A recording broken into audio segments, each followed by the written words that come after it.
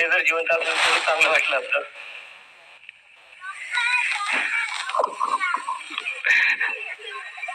मला खरं आता भाषण द्यायला जमणार नाही मला, कारण की सगळी घरची लोक, घरच्या लोकांसमोर भाषण देणं जमणार नाहीये. कारण की तुमच्या समोर मी तुमचं एक लेकरू आहे, तुमच्या समोरच वाढलेलो आहे. आणि तुम्ही फक्त असाच पाठिंबा देत राहा. जोपर्यंत तुम्ही सगळे सोबत आहे तोपर्यंत दिल्लीलाही आम्ही आमचं जे आंदोलन आहे ते सुरू ठेवू. बस एवढीच एक विनंती आहे. आणि आता मला वाटतं आपल्या पिंपरीचं जगभरात नाव झालेलं आहे. आपली पिंपरी आता वर्ल्ड फेमस झालेली आहे.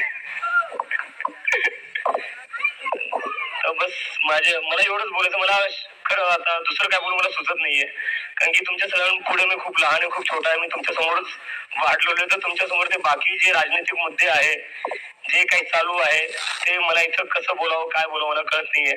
पण फक्त एका माहितीसाठी सांगतो की आतापर्यंत 11 लेकरांनी, जे विद्यार्थी होते त्यांनी आत्महत्या केलेली आहे. आणि मी मागच्या एका आठवड्यात त्या विद्यार्थ्यांच्या परिवारांना भेट दिलेली मी. आणि ते पण आपल्यासारख्या घरातूनच येतात. राजस्थानचा एक प्रदीप होता. प्रदीपच्या बहिणी त्याच्या अस्त्या माझ्या हातात दिल्या. अस्त्या ज्या होत्या त्या माझ्या हातात दिल्या आणि त्यांनी सांगितलं की 10 लाखाचं लोन घेतलं होतं वडिलांनी आणि शेती विकली होती. आणि असं वाटलं होतं की प्रदीप पुढे जाऊन डॉक्टर बनेल तर घर चालवेल आणि जे काही लोन घेतलेले त्याची काही काळजी नाही करावं लागणार, कारण की एकदा जर डॉक्टर झाला तर चांगलं कमवेल, घर सांभाळेल ते. पण आता प्रदीपच्या वडिलांवर 15 लाखाचं लोन आहे. जी जमीन होती ती जमीन गेलेली आहे. त्यानंतरही सरकारने अजून काही मदत नाही केली. फोन सुद्धा नाही केलाय.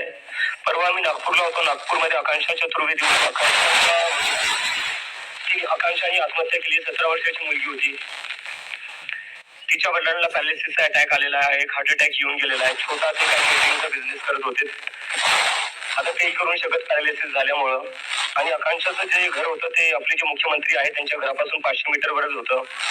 पण अजूनही मुख्यमंत्र्यांनी काही भेट दिली नाही, फोन सुद्धा केलेला नाहीये. आणि आपण बघतोय की मागच्या 2-3 दिवसात काय चालू आहे. शिवसेनेचे खासदार फोडण्यात येत आहे. 15-15 करोड, 50-50 करोड. तो कुठं ना कुठं असा प्रश्न पडतो, जर तुमच्याकडे 50-50 करोड खासदार फोडायला आहेत, ते हे जे परिवार आहेत ज्यांच्या मुलांनी आत्महत्या केलेली, जे कर्जात डुबलेले आज, त्यांच्यासाठी तुमच्याकडे 1 करोड नाही. तर आता आम्ही हीच मागणी करतो, एक तर जे शिक्षण मंत्री आहेत त्यांनी राजीनामा दिला पाहिजे.